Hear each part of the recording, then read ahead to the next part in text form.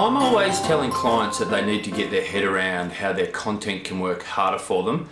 And what I'm generally getting at is that they need to think about how blog posts can be turned into a video, can be turned into slides, or used in a podcast. Now, one great trick is to grab all your blogs or blogs from a certain period or under a certain topic and pull them together into an ebook. It only takes a little bit of design work, which you can easily do in Word, save it as a PDF, and bingo, you now have a great ebook.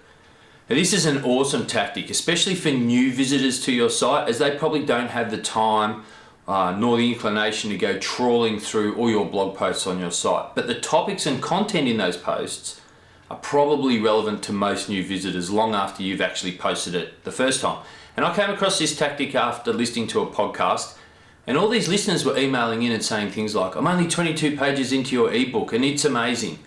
So I thought I'd head along to the site. I downloaded the ebook and to try and see what all the fuss was about. And when I picked it up off the printer, I noticed it was simply a collection of past blog posts, and the author had done very little, if any, editing or design work, but these blog posts had been repurposed and were definitely striking a chord with new visitors. And what it does is give something that is chunky, that's chock full of great content for new visitors to access and get stuck into without having to search all over the site for good blog posts. Now, the ebook sits front and center of the site, and there are calls to action to download it. His content was working long and hard, and because it's still relevant past a small window of his readers at the time he posted the original blog. Now, I've used this tactic myself.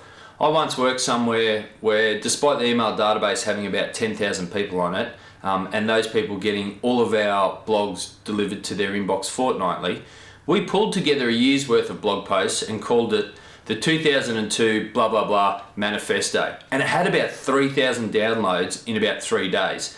And there was no new content in it apart from a small introduction from the boss and a table of contents.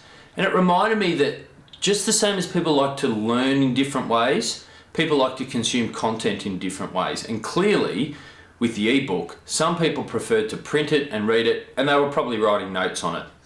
And I'm the same. I like to listen to podcasts in the car, but only in the car. I never listen to them at my desk. Blogs and videos are only at my desk, never in the car. And the message here is to repurpose and repackage your content ideas. Can you pull blogs into ebooks? Can you turn videos into written blog posts? Can you turn video or blogs into content for podcasts? Can you turn any of those into a visually appealing slide deck? Can all your content begin to contribute to an actual hard copy of a book? The key is to get the same great content you are already creating to be working harder in different formats and for longer periods of time.